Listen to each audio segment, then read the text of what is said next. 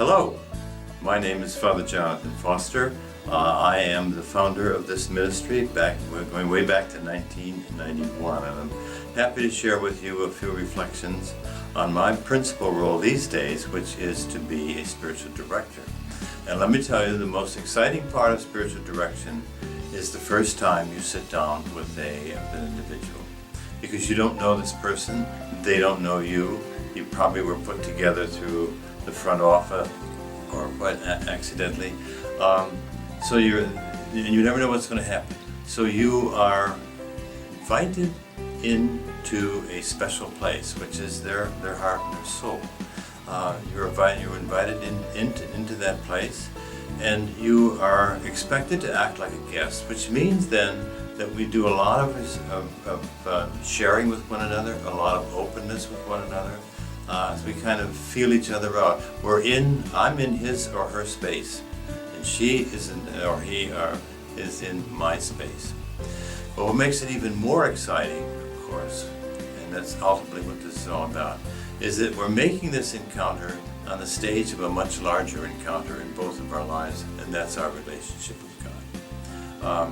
That we do whatever necessary to observe that. I'm an observer. The person who is the client, so to speak, is the person who is the client is the host.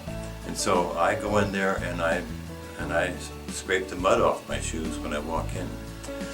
So God, therefore, is the object of he or she is struggling with God, as we all are. My job is to observe that struggle and to help people deal with that struggle. So that's how it begins, and that's how it carries on if you carry on with spiritual direction. And I have done some people for over 20 years. And but there is the final act in that initial encounter. I compare it to a Pentecost.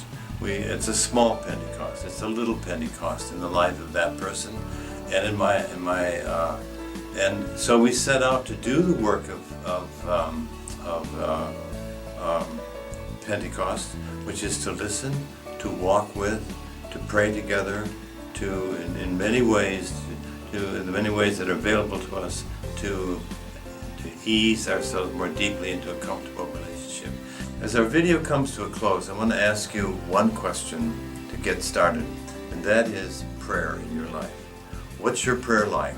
Not what is Thomas Merton's prayer like, not what a Buddhist monk's prayer is like, but what's yours like? And I'd like you to consider that. I'd like you to write that down, and I'd like to talk to you about it in the future.